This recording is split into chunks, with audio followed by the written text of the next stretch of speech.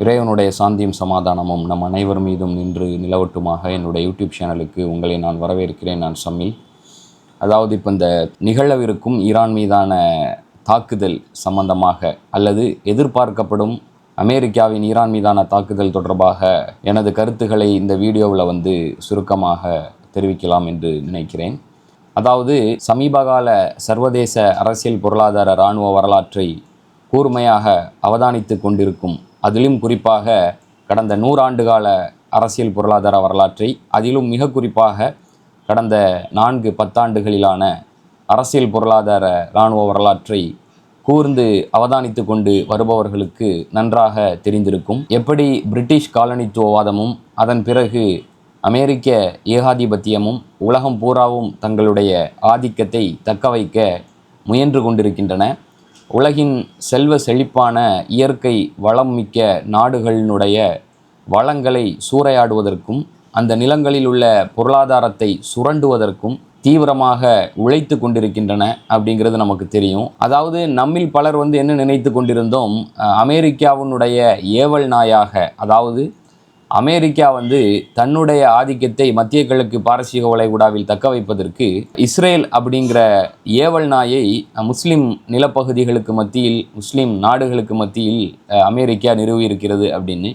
ஆனால் இப்போ உள்ள வளர்ச்சிகளை நம்ம கூர்ந்து அவதானிக்கும் போது அமெரிக்காவினுடைய ஏவல் நாயாக இஸ்ரேல் இருக்கிறதா இல்லையா என்பதை தாண்டி இஸ்ரேலினுடைய ஏவல் நாயாக அமெரிக்கா இருந்து கொண்டிருக்கிறது அப்படிங்கிறது தெள்ள தெளிவாக தெரிகிறது. இருவருக்கும் பரஸ்பர நலன்தான் என்றாலும் இந்த ஈரான் விவகாரத்தில் அமெரிக்காவை விட இஸ்ரேலினுடைய நலன்கள் தான் மேலோங்கி இருக்கிறது. இஸ்ரேலினுடைய நலன்களுக்காகத்தான் அமெரிக்கா உழைத்து கொண்டிருக்கிறது அப்படிங்கிறது தெளிவாக தெரிகிறது.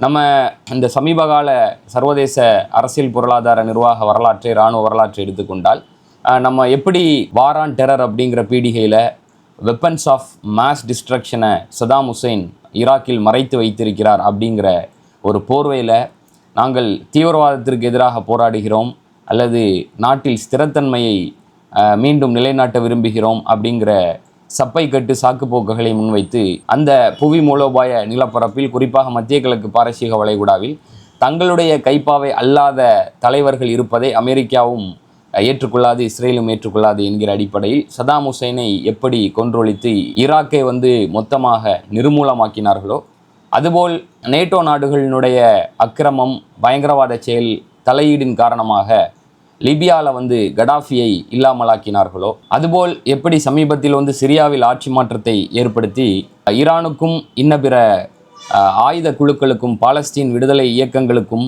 குறிப்பாக யமன் ஹூத்திஸ் அன்சாருல்லா, அதே மாதிரி லெபனான் ஹிஸ்புல்லா, ஹமாஸ் உள்ளிட்ட இயக்கங்களுக்கும் ஈரானுக்கும் மத்தியிலான தொடர்பை பலவீனப்படுத்தினார்களோ, சிரியாவில் ஆட்சி மாற்றத்தை ஏற்படுத்தியதனூடாக அதன் தொடர்ச்சியாக ஈரானில் எப்படியாவது ஆட்சி மாற்றத்தை ஏற்படுத்திவிட வேண்டும், ஈரான் மட்டும்தான் பாக்கி இருக்கிறது, ஈரானில் எப்படியாவது தங்களுடைய கைப்பாவையை நிறுவிவிட வேண்டும் அப்படிங்கிறதுல அமெரிக்கா உறுதியாக இருக்கிறதோ இல்லையோ, இஸ்ரேல் மிக உறுதியாக இருக்கிறது. ஏனென்றால் தங்களுடைய அகண்ட இஸ்ரேல் ப்ராஜெக்டுக்கு முட்டுக்கட்டையாக இருக்கக்கூடிய ஒரே நாடு இப்பொழுது ஈரான் மட்டும்தான். சரிங்களா? அதாவது ஏற்கனவே ஈரான் மீது பொருளாதார தடையை விதித்திருந்தார்கள். சரிங்களா? அதிலெல்லாம் ஈரான் சர்வைவ் பண்ணி வந்துட்டு, அதாவது நம்ம ஆரம்பத்திலிருந்து சொல்கிறதா இருந்தால் ஒரு இம்போஸ்ட் வார், திணிக்கப்பட்ட போர்.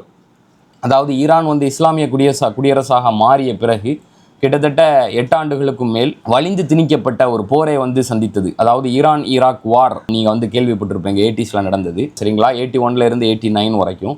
ஸோ அப்போ அந்த போரில் சதாம் ஹுசைனை முழுமையாக பேக் பண்ணது அமெரிக்கா. சரிங்களா? அதன் பிறகுதான் வளைகுடா யுத்தத்தினுடைய சூழமைவில் சதாம் ஹுசைன் அந்த கான்டெக்ஸ்டிலும் அதற்கு பிறகும் அமெரிக்கா இஸ்ரேலுக்கு எதிராக திரும்புகிறார். ஸோ அப்போ ஈரான் தான் ஒரு இஸ்லாமிய குடியரசாக மாறிய பிறகு ஏகாதிபத்திய சியோனிச எதிர்ப்பையும் அல் அக்ஸாவுனுடைய பாதுகாப்பையும் தன்னுடைய அரச கொள்கையாகவே நிறுவிய பிறகு அன்றிலிருந்து இன்று வரை பல்வேறு விதமாக எதிர்ப்புகளை சந்தித்து கொண்டு வருகிறது. அது பொருளாதார தடையாக இருக்கலாம், இன்ன பிற தலைவர்களை கொள்வதன் மூலமாக ஏற்படும் அந்த எதிர்ப்பாக இருக்கலாம், ஃபுல் ஃப்ளெட்ஜ்டு வார் மூலமாக ஏற்பட்ட எதிர்ப்பாக இருக்கலாம், போர் அச்சுறுத்தலை தொடர்ச்சியாக விடுப்பதன் மூலமாக சந்திக்கும் எதிர்ப்பாக இருக்கலாம். சரிங்களா? உள்நாட்டு கிளர்ச்சிகளை தூண்டிவிட எத்தனிப்பதன் மூலம் அது சந்திக்கக்கூடிய எதிர்ப்பாக இருக்கலாம். தொடர்ச்சியாக எதிர்ப்பை கிட்டத்தட்ட ஒரு 45 ஆண்டுகளுக்கு மேலாக அது சந்தித்து கொண்டு வருகிறது. அதனுடைய விளைவாக இன்னைக்கு ட்ரம்ப் அப்படிங்கிற ஒரு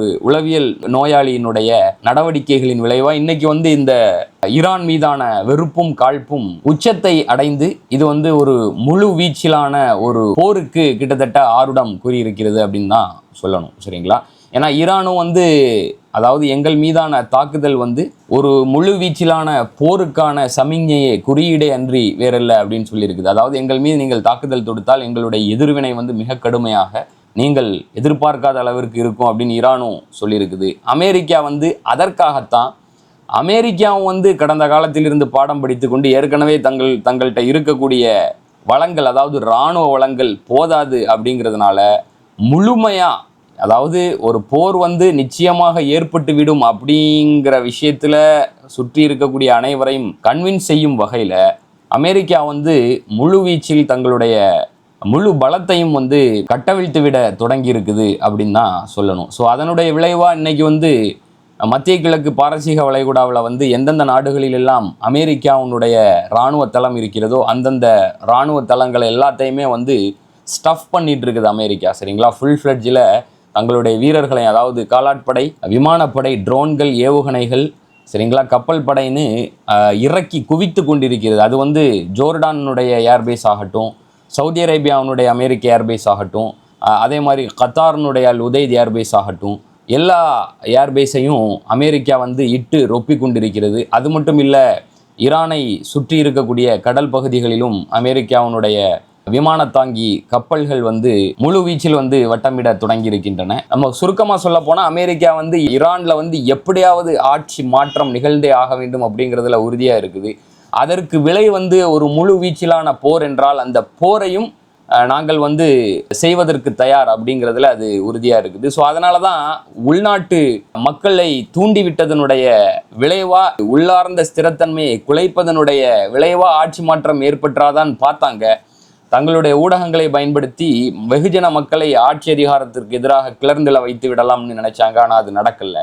ஸோ அப்போ அந்த முயற்சி தோல்வி அடைந்ததனுடைய விளைவாக இப்போ அமெரிக்காவோடு இணைந்து இஸ்ரேலும் களத்தில் இறங்கி இருக்கிறது. இஸ்ரேல் தன்னுடைய இராணுவ சப்போர்ட்டை கொண்டு மட்டுமல்லாமல் தன்னுடைய இன்டெலிஜென்ஸ் டெக்னாலஜிக்கல் சப்போர்ட் மூலமாகவும் அமெரிக்காவுக்கு முழு வீச்சில் உதவி செய்து கொண்டிருக்கிறது. எந்த வகையில் என்றால், எந்தெந்த ஈரானுடைய முக்கிய இடங்களை தாக்கலாம், எது தாக்குதலுக்கு உள்ளாக்கப்பட வேண்டிய இடங்கள், ஈரானுடைய முக்கிய தலைவர்கள் எல்லாம் எங்கெங்கே பதுங்கி இருக்கிறார்கள், சரிங்களா, ஈரானுடைய இராணுவ ரீதியான முக்கியமான ஆயுதங்கள் பதுக்கி வைத்திருக்கும் இடம் எங்கெங்கெல்லாம் இருக்கிறது, சரிங்களா, ஈரானுடைய பலம் எது, பலவீனம் எது, எதில் தாக்கினால் அதிகமான சேதாரங்கள் ஏற்படும், அதை அதிகமாக ஈரானை பலவீனப்படுத்தலாம், இம்மாதிரியான விஷயங்களை அமெரிக்காவுக்கு அளிப்பதில் இஸ்ரேல் தன்னுடைய உளவு அமைப்புகளை கொண்டும் தன்னுடைய தொழில்நுட்பத்தை கொண்டும் உதவி கொண்டிருக்கிறது அமெரிக்காவுக்கு. ஸோ அமெரிக்கா ஃபுல் ஃப்ளெட்ஜில் தயாராகி கொண்டிருக்கிறது. ஸோ அப்போ ஈரானும் அதற்கேற்றார் போல்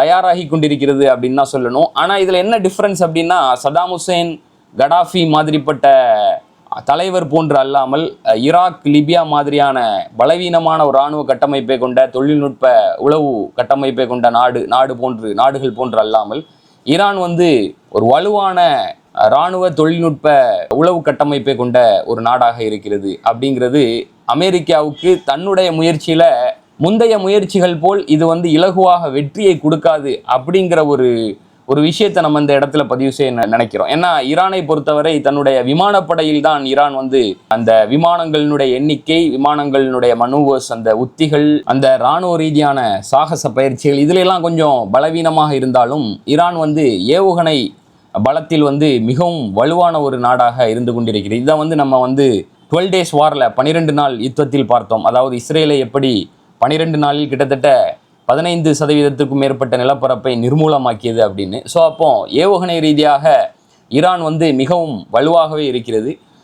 அது மாதிரி ட்ரோன்களிலும் ஈரான் மிக வலுவாக தன்னை இத்தனை ஆண்டுகளில் மெருகேற்றி இருக்கிறது அப்படின்னு தான் சொல்லணும். அதே மாதிரி ஆன்டை மிசைல் சிஸ்டம், அதே மாதிரி இந்த இஸ்ரேல்கிட்ட இருக்கிற அயன்டோம் சிஸ்டம் மாதிரி இருக்கக்கூடிய Russian made, China made systems இதுல எல்லாம் ஈரான் கொஞ்சம் பலமா இருக்குது. அது மட்டும் இல்லாமல் ஈரான் வந்து தன்னுடைய ஏர் ஸ்பேஸை, வான்வெளியை வந்து முழுமையாக மூடி இருக்கிறது. எந்த விமானமும் செல்வதற்கு இப்பொழுது அனுமதி அளிக்கவில்லை. ஸோ ஈரான் அது மட்டும் இல்லாமல் அமெரிக்காவுடைய விமானம் தாங்கி கப்பல்களை, ஈரானுடைய கடல் பரப்பில் சுற்றி கொண்டிருக்கும் வலம் வந்து கொண்டிருக்கும் அமெரிக்காவுடைய விமானம் தாங்கி கப்பல்களை ஈரான் வந்து நோட்டம் விட்டு கொண்டிருக்கிறது, தன்னுடைய ட்ரோன்கள் மூலமாகவும் தன்னுடைய இதர தொழில்நுட்பங்கள் மூலமாகவும். ஸோ அப்போ ஈரானும் வந்து தங்களுடைய நிலைப்பாட்டில் வந்து உறுதியாக இருக்கிறது. அது மட்டும் இல்லாமல் இன்னொரு 12 நாள் யுத்தம் நடக்க வேண்டாம் என்று நாங்கள் நினைக்கிறோம்னு ஈரான் வந்து ஒரு வலுவான எச்சரிக்கை ஒலியை வந்து எழுப்பியுள்ளது. அதே மாதிரி எங்களுடைய தாக்குதல்களும் மிக கடுமையாக நீங்கள் எதிர்பார்க்காத அளவிற்கு இருக்கும்னு ஈரான் வந்து அன்காம்ப்ரமைசிங்காக தன்னுடைய ஸ்டான்ஸை வந்து நிரூபிச்சிருக்கு. ஸோ அப்போ அது மட்டும் இல்லாமல் இந்த விஷயத்தில் மிக மிக முக்கியமாக முஸ்லிம்களாகிய நாம் வந்து கவனம் செலுத்த வேண்டிய பகுதி வந்து மத்திய கிழக்கின் இதர சோகால்டு முஸ்லீம் அரசாங்கங்கள். ஸோ இந்த சோகால்டு முஸ்லீம் அரசாங்கங்கள் நம்ம வந்து எதிர்பார்த்தது போல் நிச்சயமாக இந்த விஷயத்தில் வந்து அமெரிக்காவுக்கு வந்து ஒத்துழைப்பை வழங்க தொடங்கியிருக்கின்றன. ஃபார் எக்ஸாம்பிளுக்கு கத்தார் வந்து தன்னுடைய இராணுவ தளத்தை, அதாவது அமெரிக்காவுக்கு தான் வழங்கிய இராணுவ தளத்தை வந்து இந்த நேரத்திலாவது அமெரிக்காவுக்கு வந்து அக்சஸ் வழங்காம, இராணுவ தளம் வழங்காம கத்தாரால தடுத்திருக்க முடியும். ஆனால் தடுக்கவும் செய்யாது.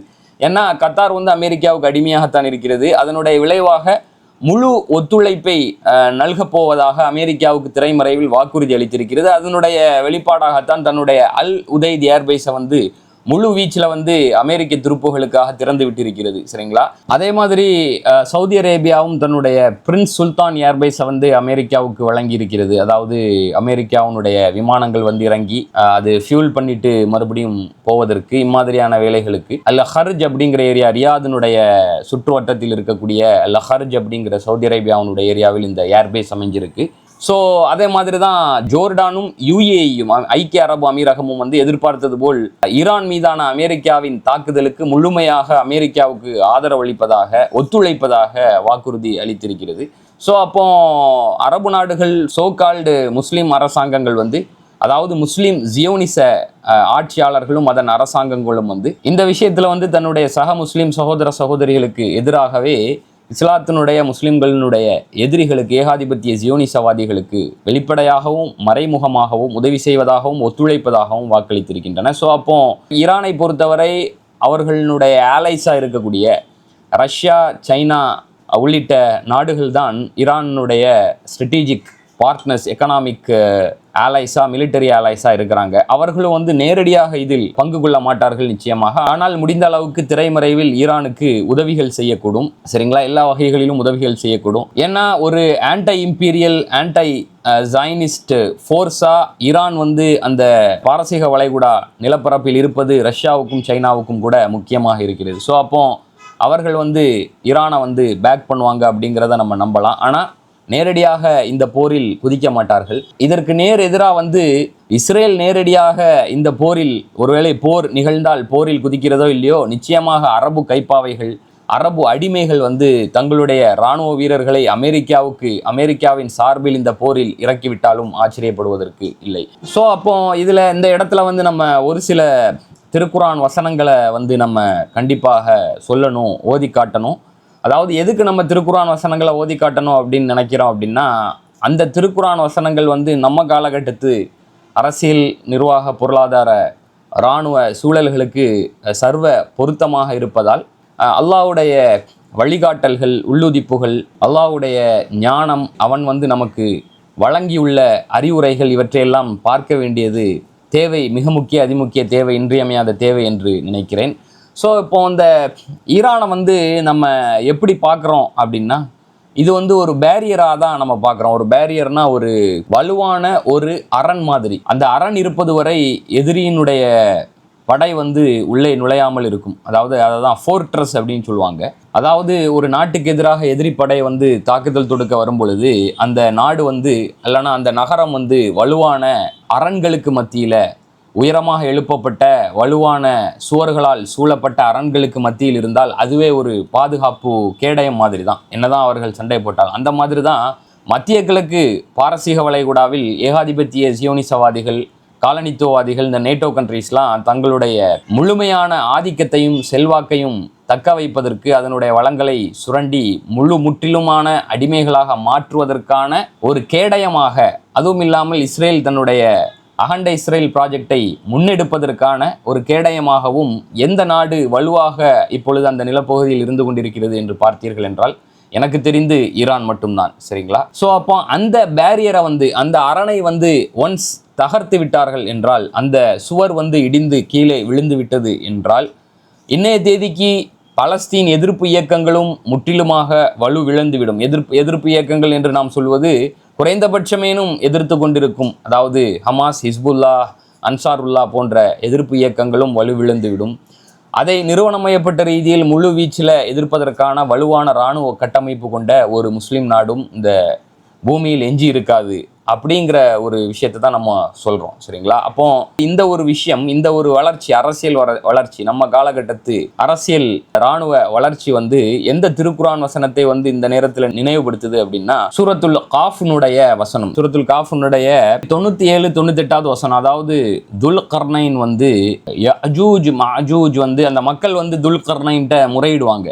சரிங்களா? இவங்க இந்த பூமியில் குழப்பத்தை ஏற்படுத்தி கொண்டு இருக்கிறார்கள். சீர்குலைவையும் சீரழிவையும் உச்சபட்ச ஃபசாத் அப்படிங்கிறதுக்கு விரிவான ஆழமான பல்பரிமாணங்களிலான பொருள் இருக்கிறது. அதாவது இரத்த சிந்தல்கள், நம்ம காலகட்டத்தில் சொல்கிற மாதிரி கொலைகள், கொள்ளைகள், இரத்த சிந்தல்கள், இனப்படுகொலைகள், சரிங்களா, ஊழல்கள், சீரழிவுகள், ஒழுக்க வீழ்ச்சி எல்லாத்தையுமே ஃபசாது அப்படிங்கிற ஒரு விஷயத்து, ஒரு பதத்திற்குள்ளால் உள்ளடக்கலாம். அப்போ அந்த மக்கள் துல்கர்னைன்ட்ட முறையிடும்போது யாஜூஜ் மாஜூஜ் முஃப்சிதூன ஃபில் அர்த், இந்த பூமியின் மீது இம்மாதிரியான அழிச்சாட்டியங்களை கட்டவிழ்த்து விட்டு கொண்டிருக்கிறார்கள். இது அன்கண்ட்ரோல்டாக போயிட்டு இருக்குது, கட்டற்ற ஒரு கட்டுப்பாடற்ற ஒரு விஷயமா தொடர்ந்துட்டு இருக்குன்னு சொல்லும்போது, துல்கர்னைன் நான் ஒரு பேரியரை பில்ட் பண்ணுறேன் அப்படின்னு சொல்லி இரும்பை கொண்டு உருக்கி ஒரு மிகப்பெரிய ஒரு சுவரை கட்டி எழுப்புவார் அந்த மக்களினுடைய துணை கொண்டு. ஸோ அப்போ துல்கர்னைன் என்ன சொல்லுவார் அப்படின்னா, பிஸ்மில்லா ரஹ்மான் ரஹீம், ஃபமஸ்தாஉ ஐ யதுஹரூஹு வமஸ்ததாஉ லஹு நகபா. சரிங்களா? அவர்கள், அதாவது யாஜூஜும் மாஜூஜும் இதன் வழியாக உள்நுழைய முடியாது. இதை அவர்கள் துளைத்து கொண்டோ ஊடுருவி கொண்டோ கூட உள்நுழைய முடியாது. ஆனால் துல்கர்னைன் என்ன சொல்லுவார் அப்படின்னா, ஹாதா ரஹ்மத்தும் மின் ரப்பி. சரிங்களா? இது என்னுடைய இறைவனிடமிருந்து உள்ள அருட்கொடையாகும். ரப்பி ஜஅலஹு தக்கா அப்படின்னு சொல்றாரு. சரிங்களா? அப்போ என்னுடைய ரப்புனுடைய ப்ராமிஸ் வரும் பொழுது, என்னுடைய ரப்புனுடைய வாக்குறுதி இந்த பூமியில் நிறைவேறும் பொழுது, என்னுடைய ரப்பு இதை இந்த சுவரை தரைமட்டமாக்கி விடுவான். சரிங்களா? அதற்கப்புறம் எதுவுமே பண்ண முடியாது. கான வஅது ரப்பி ஹக்கா அப்படின்னு சொல்றாரு. சரிங்களா? என்னுடைய ரப்புனுடைய வாக்குறுதி உண்மையானது அப்படின்னு. அப்போ அந்த அவருடைய பாயிண்ட் என்ன அப்படின்னா, இந்த சுவர் தரைமட்டமாகிவிட்டால், சரிங்களா, காகன் மேகாக், அதாவது யாஜூஜ் மாஜூஜை நீங்கள் அதற்கு பிறகு கண்ட்ரோலே பண்ண முடியாது, அன்கண்ட்ரோல்டாக போயிடுவாங்க. ஸோ இன்னைக்கு ஈரானுடைய ஸ்டான்ஸை நம்ம அப்படி தான் பார்க்குறோம். நம்ம இதை நம்ம போகிற போக்கில் சொல்லலை. இஸ்ரேலுக்கு இன்னைய தேதியில் ஒரே ஒரு அச்சுறுத்தல், அதுவும் இல்லாமல் ஒரே ஒரு அணு ஆயுத அச்சுறுத்தல், இராணுவ அச்சுறுத்தல், நிறுவனமயப்பட்ட ஒரு வலுவான அச்சுறுத்தல் ஈரான் மட்டும்தான். சரிங்களா? அப்போ இஸ்ரேல் தன்னை ஒரு வல்லதிகாரமாக, ஆதிக்க சக்தியாக நிலைநிறுத்தி, தன்னுடைய நிலப்பரப்பை விஸ்தாரப்படுத்தி, தன்னுடைய அகண்ட இஸ்ரேல் ப்ராஜெக்டை அமல்படுத்துவதற்கு இன்னைக்கு இருக்கக்கூடிய பேரியர், துல்கர்னைனுடைய பேரியர் மாதிரி இருக்கக்கூடிய ஒரே நாடு ஈரான் தான். ஸோ அப்போ ஈரானை இஸ்ரேல் இன்னைக்கு நேற்றில்லை, 1979 இஸ்லாமிய புரட்சி வெற்றி பெற்று இஸ்லாமிய குடியரசாக மாறியதிலிருந்து பல்வேறு பரிமாணங்களில், பல்வேறு வழிமுறையில், பல்வேறு விதத்தில் ஈரானை இஸ்ரேல் டார்கெட் செய்து கொண்டிருக்கிறது. சரிங்களா? அது இன்னைக்கு ட்ரம்ப் அப்படிங்கிற ஒரு உளவியல் நோயாளியின் கையில் ஒரு உச்சகட்டத்தை எட்டியிருக்கிறது அப்படின்னு கூட சொல்லலாம். ஆனால் ட்ரம்ப் பல நேரத்தில் வாயில் வடை சுடக்கூடியவராகவும் இருந்திருக்கிறார். ஆனால் இன்னைக்கு நடக்கக்கூடிய வளர்ச்சிகளையும் அரேஞ்ச்மெண்ட்ஸையும் பார்த்தா நிச்சயமா தாக்குதல் நடத்துவதற்கான ஒரு திட்டம் இல்லைன்னு சொன்னால், இவ்வளவு தூரத்துக்கு அமெரிக்கா ட்ரம்ப் மொபைலைஸ் பண்ணுவதற்கான தேவை நிச்சயமாக இல்லை அப்படின்னு தான் நம்ம சொல்கிறோம். ஏன்னா கத்தார் அல் உதைத் ஏர்பேஸை ஈரான் தாக்குதல் தொடுத்த அந்த டைமில் கூட, இப்போ அமெரிக்கா ஈரான் மீது தாக்குதல் தொடுத்து, ஈரான் அமெரிக்காவுடைய இராணுவ தளத்தை தாக்குதல் தொடுத்த போது கூட ட்ரம்ப் இந்த அளவுக்கு மொபைலைஸ் பண்ணலை. ஆனால் இன்னைக்கு இந்த அளவுக்கு மொபைலைஸ் பண்ணியிருக்கிறார் அப்படின்னு சொன்னால் மேபி ஒரு potential war is on the horizon அப்படின்னு தான் நம்ம சொல்லணும். ஸோ இது ஒரு திருக்குரான் வசனம். இன்னொரு திருக்குரான் வசனம் வந்து என்னன்னா சூரத்துல் கஸஸ் 28வது அத்தியாயத்தினுடைய 4வது வசனம். இது வந்து ஃபிரௌனை பற்றி பேசக்கூடிய வசனம். அதாவது இந்த வசனம் வந்து ஒரு மிக ஆழமான, விரிவான, விசாலமான பாடங்களையும் படிப்பினைகளையும் முஸ்லிம்களுக்கு தருகிறது. இந்த வசனம் எப்படி தொடங்குது அப்படின்னா, பிஸ்மில்லாஹிர் ரஹ்மானுர் ரஹீம், இன்ன ஃபிரௌன அலா ஃபில் அர்தி வஜஅல அஹ்லஹா ஷியா. நிச்சயமா ஃபிரௌன் வந்து பூமியில் வந்து அதிகாரத்தின் உச்சத்திற்கு சென்றான். சரி, எந்த அளவுக்குன்னா அன ரப்புக்குமுல் அலான்னு சொன்னாம்ல, நான் தான் மிகப்பெரிய, மிக உயர்ந்த, சர்வ வல்லமை படைத்த, சர்வாதிகாரம் படைத்த இறைவன் சொன்னான். ஸோ அந்த மாதிரி தன்னை அதிகாரத்தின் உச்சத்தில் கொண்டு போய் நிறுத்தினான். அது மட்டும் இல்லாமல் வஜஅல அஹ்லஹா ஷியா, அதாவது இந்த பூமியில் வாழ்ந்து கொண்டிருந்த மக்களை பிரிவுகளாக துண்டாடினான். சரிங்களா? அப்போ பிரிவுகளாக துண்டாடுவது வந்து ஃபிரௌன் அப்படிங்கிற ஒரு தனி மனிதனுடைய சர்வாதிகாரத்தின் உத்தி மட்டுமல்ல, வரலாறு நெடுகிலும் இந்த சர்வாதிகாரிகள் தங்களுடைய ஆட்சி அதிகாரத்தையும் தங்களுடைய நலன்களையும் தங்களுடைய புவி அரசியல், புவி மூலோபாய நலன்களையும் நிலப்பகுதிகளில் தக்க வைப்பதற்கு கையாளக்கூடிய உத்தி தான். சரிங்களா? இந்த உத்தியை தான் ஃபிரௌன் கையாண்டான். இன்னைக்கு இருக்கக்கூடிய ஃபிரௌனிக் ஸ்ட்ரக்சராக இருக்கக்கூடிய அமெரிக்க ஏகாதிபத்தியமும் இஸ்ரேலிய ஜியோனிசமும் கூட அதே உத்தியை தான் கையாளுது. இந்த உத்தியை இப்பொழுது அவர்கள் கையில் எடுக்கவில்லை. முதல் உலக போருக்கு பிறகு உஸ்மானிய சாம்ராஜ்யம் வீழ்த்தப்பட்ட அந்த தருணத்திலேயே அவர்கள் கையில் எடுத்து விட்டார்கள். கிட்டத்தட்ட முஸ்லிம் நிலப்பரப்புகளை துண்டாடி 53 55 தேச அரசுகளாக அவர்கள் கூறு போட்டதனுடைய பின்னணியில் வந்து இதுதான் இருக்குது. பிரித்தாளும் சூழ்ச்சி. பிரித்து கூறுகளாகவும் பிரிவுகளாகவும் தேசங்களாகவும் நாடுகளாகவும் துண்டாடுனதனுடைய காரணமே தங்களுடைய நலன்களை, அதாவது இஸ்லாமிய தலைமைத்துவம் ஒட்டுமொத்த உம்மத்துக்குமான ஒரே தலைமைத்துவம் இனி என்றென்றைக்கும் இந்த பூமியில் முளைத்து விடக்கூடாது அப்படிங்கிறத தாண்டி தங்களுடைய நலன்களை என்றென்றைக்கும் தக்க வைத்துக் கொள்ள வேண்டும். தங்களுடைய அதிகாரத்தையும் தங்களுடைய சர்வ வல்லமையையும் தங்களுடைய சர்வாதிகாரத்தை தான் நான் வச்சே தான் சட்டம், நான் பண்ணுறது தான் நியாயம், சரிங்களா, நான் பேசுகிறது தான் நியாயங்கிற அந்த சர்வ வல்லமையும் சர்வாதிகாரத்தையும் என்றென்றைக்கும் இந்த பூமி பந்தின் மீது தக்க வைத்துக் கொள்ள வேண்டும். அதற்கு அச்சுறுத்தலாக இருக்கக்கூடிய முஸ்லீம்களை வந்து துண்டாடும். ஸோ இதே ஸ்ட்ராட்டஜி தான் திருக்குரான்ல அல்லாஹ் சொல்கிறான். சரிங்களா? ஸோ இந்த சூப்பர் பவருக்கு எதிராகத்தான் மூசா அலைஹிஸ்ஸலாம் வந்து பனு இஸ்ரவேலர்களை வந்து ஒன்றிணைத்தார்கள். சரிங்களா? நீங்கள் பிரிஞ்சு கிடக்கக்கூடாது, இது ஃபிரௌனுடைய ஸ்ட்ராட்டஜி. சரிங்களா? ஃபிரௌனுடைய உத்தி. சரிங்களா? நீங்கள் வந்து ஒன்றிணைந்தால்தான் இந்த வல்லதிகாரம் வந்து வீழ்த்தப்படும் அப்படின்னு ஒன்றிணைச்சாங்க. அப்போ ஃபிரௌன் என்ன செய்தான்? இன்ன ஃபிரௌன அலா ஃபில் அர்த் வஜஅல அஹ்லஹா ஷியா, அதனுடைய மக்களை வந்து பிரித்தான், கூறு போட்டான், பாகுபடுத்தினான். அது மட்டும் இல்லை, யஸ்ததஇஃபு தாயிஃபத்த மின்ஹும், சரிங்களா, அவர்களில் ஒரு பிரிவினரை இவன் ஒடுக்குறான். சரிங்களா? அந்த கூறு போட்ட பாகுபடுத்திய மக்களிலேயே ஒரு பிரிவினரை இவன் வந்து பலவீனப்படுத்தினான், ஒடுக்கினான். சரிங்களா? யஸ்ததஇஃபு தாயிஃபத்த மின்ஹும் யுதப்பிஹு அப்னாஅஹும் வயஸ்தஹ்யி நிசாஅஹும்.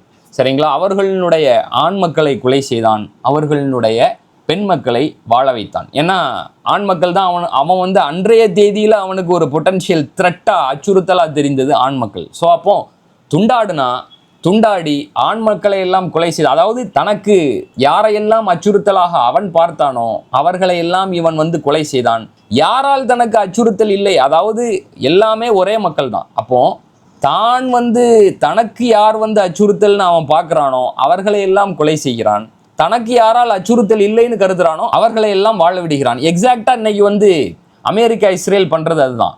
தங்களுக்கு யாரெல்லாம் அச்சுறுத்தலாக தெரிகிறார்களோ அந்த தலைவர்களை, முஸ்லிம் தலைவர்களை எல்லாம் கொலை செய்கிறார்கள். அந்த அரசாங்கங்களை கவிழ்க்கிறார்கள், அந்த நிலப்பரப்புகளை நிர்மூலமாக்குகிறார்கள், சீர்குலைக்கிறார்கள். தங்களுக்கு எந்த முஸ்லிம் நாடுகளால், மன்னர்களால், சர்வாதிகாரிகளால், அரசாங்கங்களால் அச்சுறுத்தல் இல்லை என்று கருதுகிறார்களோ அவர்களை அவர்களுடைய போக்கில் விடுகிறார்கள். ஏன்னா அவர்களை வைத்து இவர்களுக்கு ஆதாயம் இருக்கிறது, நலன்கள் இருக்கிறது. எந்த வகையில் அவர்களை வைத்து ஆதாயம் இருக்கிறது அப்படிங்கிறதுக்கான பதில் நம்ம ஏற்கனவே எக்ஸ்பிளைன் பண்ணதுல இருக்கு. ஏன்னா இப்போ அமெரிக்காவுக்கு ஃபுல் ஃப்ளட்ஜில் ஹெல்ப் பண்ணுறது அப்படிங்கிறது இந்த அரபு அடிமை ஆட்சியாளர்கள் தான். ஏன்னா இவர்கள் வந்து அமெரிக்காவுக்கு, குறைந்தபட்சம் அமெரிக்காவுக்கு எதிராக ஈரானோடு கைகோர்த்து அமெரிக்கா இஸ்ரேலுக்கு எதிராக போராடாமல் இருந்தாலும் கூட அவர்கள் வந்து அமெரிக்கா இஸ்ரேலுக்கு தங்களுடைய இராணுவ தளத்தை, ஏன்னா தங்களுடைய நாட்டின் இராணுவ தளத்தை அவர்களுக்கு வழங்காமல் இருந்தாலே அது பல வகைகளில் அமெரிக்கா இஸ்ரேலுக்கு பின்னடைவு தான். சரிங்களா. அமெரிக்கா இஸ்ரேலுக்கு வந்து பலகீனம் தான். அதுவும் இல்லாமல் இஸ்ரேலுக்கு தொடர்ச்சியாக எண்ணெய் எரிவாயு, அதாவது பாலஸ்தீன் இனப்படுகொலை போய்கொண்டிருக்கையிலேயே இஸ்ரேலுக்கு வந்து இடைநிறுத்தாமல் எண்ணெய் எரிவாயு இந்த அரபு நாடுகள், முஸ்லீம் நாடுகள் சப்ளை பண்ணிகிட்டே தான் இருந்தது. சரிங்களா. அப்போ இஸ்ரேலுக்கும் அமெரிக்காவுக்கும் இந்த அரபு முஸ்லீம் நாடுகளினுடைய இருப்பு அப்படிங்கிறது மிக இன்றியமையாத தேவையாக இருக்குது. அதே மாதிரி ஈரான் அனுப்பிய ஏவுகணைகளை வந்து ஜோர்டான் தடுத்தது. யமன் அனுப்பிய ஏவுகணைகளை வந்து சவுதி அரேபியா தடுத்தது. யமன் வந்து செங்கடலை மறித்து இஸ்ரேலிய கப்பல்களையும் இஸ்ரேலை நோக்கி சென்ற கப்பல்களையும் மறித்த பொழுது இவர்கள் வந்து ஒரு மாற்று தரைவழி பாதையை இஸ்ரேலுக்கு அமைத்து கொடுத்து இஸ்ரேலினுடைய தொழிலையும் இஸ்ரேலினுடைய பொருளாதாரத்தையும் வீழ்ச்சி அடைய விடாமல் தடுத்தார்கள், பாதுகாத்தார்கள். இப்படி நம்ம சொல்லிக்கிட்டே போகலாம். அப்போ இவர்களை வைத்து அமெரிக்காவுக்கும் இஸ்ரேலுக்கும் அச்சுறுத்தல் இல்லை என்பதை தாண்டி இந்த அரபு சர்வாதிகார அடிமை ஆட்சியாளர்களையும் அரசாங்கங்களையும் வைத்து தங்களுக்கு அபரிமித நலன்கள் இருக்கின்றன. சரிங்களா, அதீத நலன்கள் இருக்கின்றன. அதுக்கு தான் எக்ஸாம்பிள் சொன்னேன். இப்போ நடக்கக்கூடிய இராணுவ பொருளாதார வளர்ச்சிகள் மிகப்பெரிய எக்ஸாம்பிள். ஈரானுக்கு எதிராக அமெரிக்கா தன்னை தயார்படுத்தி கொள்வதற்கு இந்த நாடுகள் வந்து அமெரிக்காவுக்கு உதவுகிறது. அமெரிக்க இராணுவத்திற்கும் அரசாங்கத்திற்கும் உதவுகின்றன. அதில் யுஏஇ, ஜோர்டான்லாம் வெளிப்படையாகவே அறிவிச்சிட்டாங்க, நாங்கள் வந்து இந்த போரில் வந்து அமெரிக்காவோடு நிற்போம், அமெரிக்காவுக்கு ஒத்துழைப்போம் அப்படின்னு. ஸோ அப்போ இந்த வசனம் வந்து எந்த அளவுக்கு நம்ம காலகட்டத்திற்கு பொருத்தமானதாக இருக்குன்னா, ஃபிரௌன் வந்து தனக்கு யாரெல்லாம் அச்சுறுத்தல் என்று பார்த்தானோ அவர்களை எல்லாம் கொலை செய்தான். அதே மக்கள் தான், அதே மக்கள் கூட்டம் தான். ஆனால் அதில் செலக்டிவாக யார் வந்து தங்களுடைய நலன்களுக்கு எதிராக இருக்கிறார்கள் என்று அவன் பார்க்கிறானோ அவர்களை எல்லாம் கொலை செய்கிறான். யாரை கொண்டு தனக்கு அச்சுறுத்தல் இல்லையோ அவர்களை எல்லாம் வாழ விடுகிறான். அதே மாதிரி தான் அன்னைக்கு வந்து சதாம் ஹுசேன் அச்சுறுத்தலாக தெரிந்தார். சரிங்களா. லிபியா கடாஃபி வந்து அச்சுறுத்தலாக தெரிந்தார். அவரையும் வந்து தீர்த்து கட்டினார்கள், சதாம் ஹுசேனை தீர்த்து கட்டினார்கள். ஈராக்கை நிர்மூலமாக்கினாங்க, லிபியாவை நிர்மூலமாக்கினாங்க, ஆப்கானிஸ்தானை நிர்மூலமாக்கினாங்க. சரிங்களா. பஷர் அல் அசாத் வந்து ஏகாதிபத்திய சியோனிச எதிர்ப்பில் தீவிரமாக இருக்கிறார். ஆக்சிஸ் ஆஃப் ரெசிஸ்டன்ஸுக்கு ஈரான், ஹமாஸ், ஹிஸ்புல்லா, அன்சாருல்லாக்கு ஒரு பாலமாக, ஒரு சேனலாக இருக்கிறார். அப்படிங்கிறது தெரிஞ்சு பஷர் அல் அசாத்தை வந்து கவிழ்த்தார்கள். சரிங்களா. இப்பொழுது இருக்கக்கூடிய ஒரே மிக வலுவான அச்சுறுத்தல் ஈரான். ஸோ ஈரானை வந்து ஈரானுடைய தற்போதைய அரசாங்கத்தையும் ஆட்சியாளர்களையும் கவிழ்க்காமல், அந்த அரசாங்கத்தை கவிழ்க்காமல் தாங்கள் வந்து யாரை அந்த நிலப்பரப்பை ஆட்சி செய்ய வேண்டும் என்று நினைக்கிறார்களோ அவர்களை ஆட்சியில் அமர்த்தாமல் இவர்கள் ஓய மாட்டார்கள். இதே எக்ஸாக்ட் ஸ்ட்ராட்டஜி தான். டிவைட் அண்ட் ரூல் பாலிசி மட்டும் இல்லை, இந்த ஃபிரௌனிய உலக ஒழுங்கு, ஃபிரௌனிய கட்டமைப்பு பிரித்தாளும் சூழ்ச்சியை கையாண்டதோடு மட்டும் இல்லாமல் தாங்களுக்கு யாரெல்லாம் அச்சுறுத்தலாக தெரிந்தார்களோ அவர்களை எல்லாம் கொலை செய்தார்கள். தனக்கு யாரெல்லாம் அச்சுறுத்தல் இல்லை என்று அவர்கள் பார்த்தார்களோ அவர்களை வந்து வாழ விட்டார்கள். ஸோ அப்போ இந்த வசனம் வந்து மிகப்பெரிய ஒரு உள்ளுதிப்பை வழங்குகிறது. ஸோ அப்போ அந்த வசனம் வந்து தொடர்ந்து சொல்லுது, இன்னஹு கான மினல் முஃப்ஸிதீன், நிச்சயமாக அவன் வந்து மிகப்பெரிய சீரழிவுவாதியாக இருந்தான். சரிங்களா. சீரழிவையும் சீர்குலைவையும், ஏன்னா ரத்த சிந்தல்களையும் ரத்தம் ஓட்டலையும் இனப்படுகொலையையும் முழுக்க முழுக்க மனிதகுல விரோத செயல்களையும் கட்டவிழ்த்து விடக்கூடியவனாக இருந்தான். இன்னஹு கான மினல் முஃப்ஸிதீன். எக்ஸாக்டா அவனுடைய வார்ப்பில் வந்து இன்னைக்கு அமெரிக்க ஸ்ட்ரக்சர் இருக்குது. ஸோ அப்போ இதற்கான தீர்வு என்ன அப்படின்னு பார்த்தீங்கன்னா ஒற்றுமை தான். சரிங்களா. பிரித்தாளும் சூழ்ச்சியை முறியடித்து ஒற்றுமையாக ஒரே குடையின் கீழ் இணையாமல் இந்த ஃபிரௌனை, சமகால ஃபிரௌனை சொல்கிறத விட ஃபிரௌன்களை, அந்த ஃபிரௌனிக் ஸ்ட்ரக்சரை வந்து வீழ்த்த முடியாது. ஸோ அப்போது இது ஒரு குரானுடைய வசனம். இன்னொரு குரான் வசனம் வந்து சூரத்துல் பக்கராவில் இடம்பெறக்கூடிய திருக்குரான் வசனம். இந்த வசனம் வந்து எதை டிஸ்கிரைப் பண்ணுது அப்படின்னா, எப்படி அதிகாரம், சர்வ வல்லமையும் அதிகாரமும் வந்து சட்டப்பூர்வ நிறுவனங்களை, அதாவது அரசாங்கத்தை, நீதிமன்றத்தை, ஊடகங்களை, சரிங்களா, இம்மாதிரியான சட்டப்பூர்வ நிறுவனங்களை தங்களுக்கு சாதகமாக திரிவுபடுத்தி மேனுப்புலேட் செய்து தங்களுடைய சுரண்டல்களையும் கொள்ளையடிப்பதையும் நியாயப்படுத்துகிறது அப்படிங்கிறத விவரிக்கக்கூடிய ஒரு வசனம். இது வந்து சூரத்துல் பக்ராவுடைய 188 வசனம். அது என்ன சொல்லுதுன்னா, வலா தஅகுலு அம்வாலக்கும் பைனக்கும் பில் பாத்தில் வ ததுலு பிஹா இலல் ஹுக்காம் லிதஅகுலு ஃபரீகம் மின் அம்வாலின் நாஸி பில் இஸ்ம் வ அன்தும் தஅலமூன் அப்படின்னு சொல்லுது. அதாவது அநீதமான முறையில் பிறருடைய செல்வங்களையும் வளங்களையும் சுரண்டாதீர்கள், சூறையாடாதீர்கள், கையகப்படுத்தாதீர்கள். சரிங்களா. அப்படி செய்வதற்கு அதிகாரத்தை பயன்படுத்தாதீர்கள். சரிங்களா. அதிகாரத்தை அதற்கு ஒரு கருவியாக நீங்கள் பயன்படுத்தாதீர்கள். அதிகாரத்தைனா அந்த அதிகாரத்தை கொண்டு சட்டப்பூர்வ நிறுவனங்களை உங்களுடைய இந்த அநீதமான செயல்களுக்கான கருவிகளாக நீங்கள் பயன்படுத்தாதீர்கள். நீங்கள் பிறருக்கு சொந்தமான வளங்கள், பிறருக்கு சொந்தமான சொத்துகள், பிறருக்கு சொந்தமான உடைமைகள் என்று தெரிந்தே நீங்கள் இப்படி செய்யாதீர்கள். அப்படி நீங்க தெரிந்து கொண்டே இந்த மாதிரி செய்யாதீர்கள்னு எக்ஸாக்டா இந்த வசனம் வந்து கிட்டத்தட்ட ஈராக்ல, லிபியால, வெனிசுலால அமெரிக்கா என்ன செய்ததோ அதை பேசுவதாக, அரசியல் ரீதியாக அந்த விஷயத்தை தோலுரித்து காட்டுவதாக உள்ளது.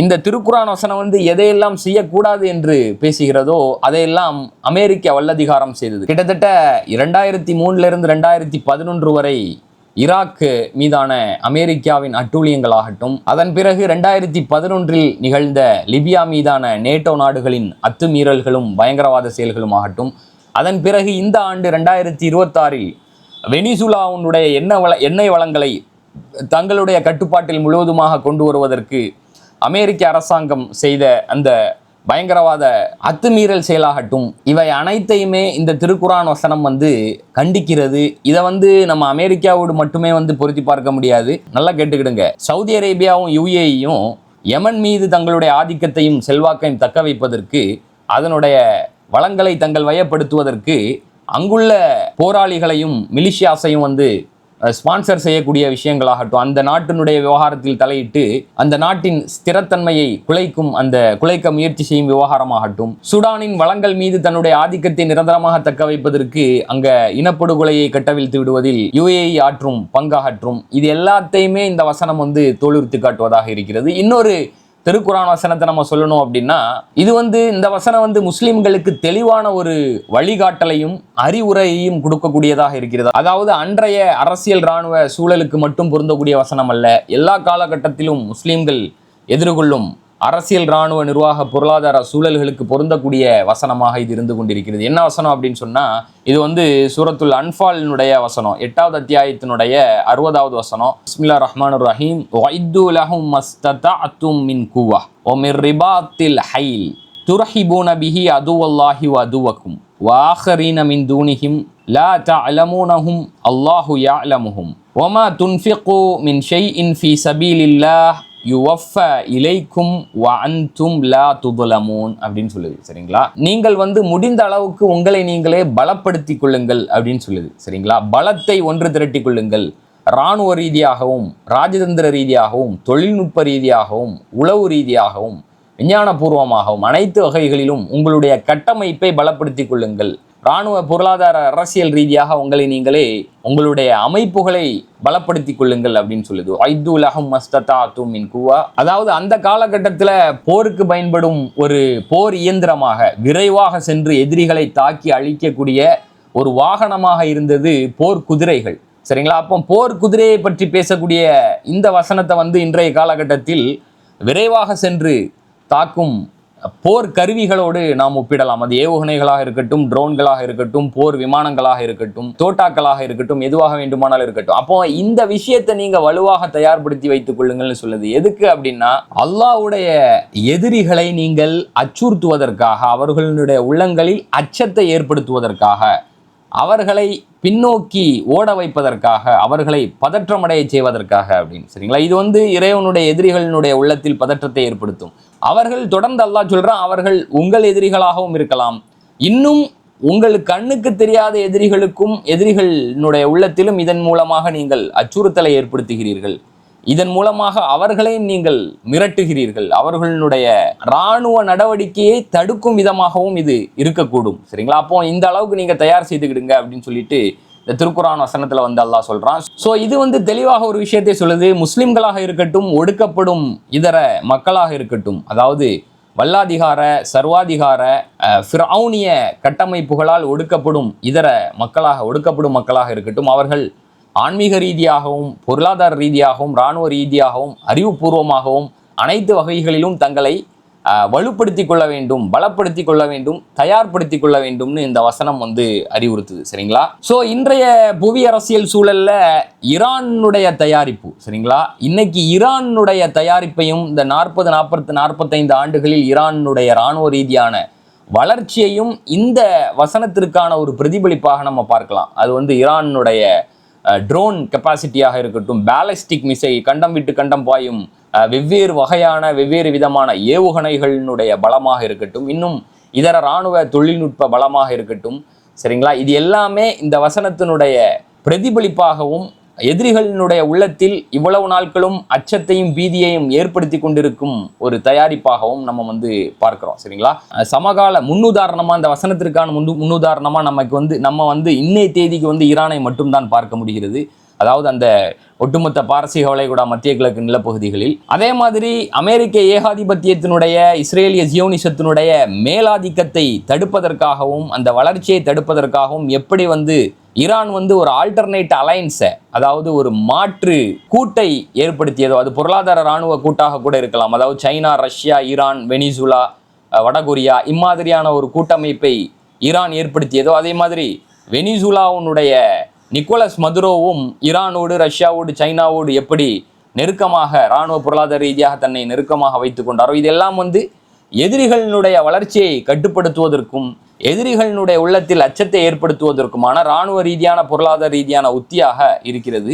இதுவும் இந்த திருக்குரான் வசனத்தினுடைய ஒரு பிரதிபலிப்பாகத்தான் இருக்கிறது. அதே மாதிரி இன்னொரு திருக்குரான் வசனத்தை நம்ம சொல்லலாம். இது என்ன வசனம் அப்படின்னா, சூரத்து நிசாவுடைய 75வது வசனம். பிஸ்மில்லாஹிர் ரஹ்மானிர் ரஹீம். வமா லக்கும் லா துகாத்திலூன ஃபீ சபீலில்லாஹி வல் முஸ்ததஅஃபீன மினர் ரிஜாலி வன் நிசாஇ வல் வில்தான் அல்லதீன யகூலூன ரப்பனா அக்ரிஜ்னா மின் ஹாதிஹில் கரியத்தி ظالمி அஹ்லுஹா வஜஅல் லனா மின் லதுன்க வலியன் வஜஅல் லனா மின் லதுன்க நஸீரா. இது சூரத்து நிசாவுடைய 75வது வசனம். இந்த ஒரு வசனம் முஸ்லிம்கள் மீது எதை கட்டாய கடமையாக்குகிறது என்றால், ஒரு கலெக்டிவ் எஃபர்ட், சரிங்களா, ஒரு ஒருங்கிணைந்த முயற்சியை, அதாவது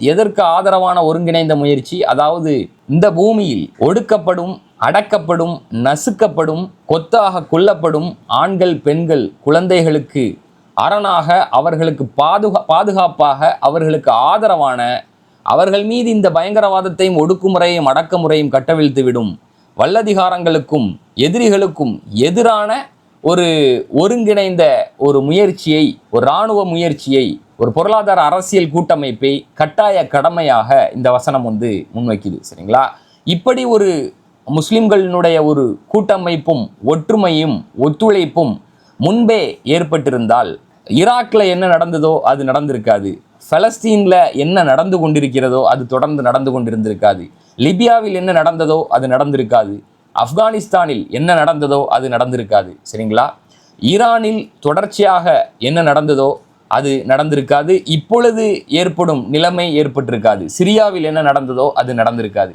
ஸோ அப்போ இந்த மாதிரியான திருக்குரான் வசனங்களினுடைய ஏவல் விளக்கல்கள், கட்டளைகள், வழிகாட்டல்கள், உள்ளுதிப்புகளை முஸ்லிம்கள் புறந்தள்ளியதனுடைய விளைவு.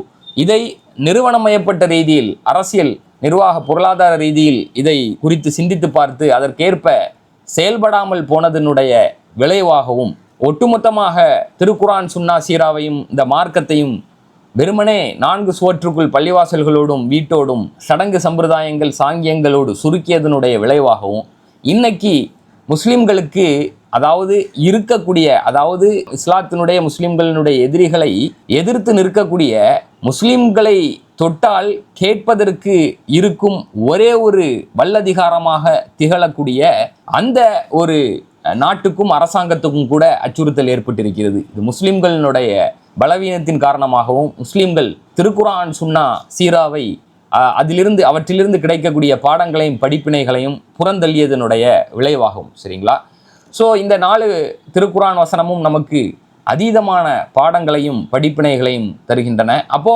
தீர்வு என்ன அப்படின்னா, முஸ்லிம் எது காரணமாக இருந்ததோ இப்படியெல்லாம் நடந்ததற்கு, கடந்த காலத்தில் நம்ம கண்ணு முன்னாடி இப்பொழுது நடப்பதற்கு எது காரணமாக இருக்கிறதோ அதுதான் தீர்வாகவும் இருக்கும். காரணம் என்ன அப்படின்னா, முஸ்லிம்கள் திருக்குரானையும் நபிகளாரனுடைய சீராவில் இருந்து கிடைக்கக்கூடிய பாடங்களையும், அதாவது இராணுவ பொருளாதார அரசியல் பாடங்களையும் படிப்பினைகளையும் புறந்தள்ளியதனுடைய விளைவாகவும், அதை அமல்படுத்தாமல் வெறுமனே தங்களை சடங்கு சம்பிரதாயங்களில் மூடி மறைத்து கொண்டு அதிலேயே திருப்திப்பட்டு கொண்டு நாங்கள் தீனுல் இஸ்லாத்தை முழுமையாக நிலைநாட்டி விட்டோம் என்று தங்களை தாங்களே சமாதானப்படுத்திக் கொண்டு இருப்பதனுடைய விளைவாகவும் தான் இது ஏற்படுகிறது. ஸோ அப்போ இந்த நிலைமை மாறணும் அப்படின்னு சொன்னால் அனைத்து தளங்களிலும் இறைவனுடைய ஏகத்துவத்தை, இறைவனுடைய உலூஹியத்தை, லா இலாஹ இல்லல்லாஹ் என்ற அந்த கலிமாவை அனைத்து தளங்களிலும் அமல்படுத்த முயற்சி செய்ய வேண்டும், போராட வேண்டும். அதற்கு முதல்ல இன்றியமையாத முன்தேவையாக முஸ்லிம்கள் ஒன்றிணைய வேண்டும்.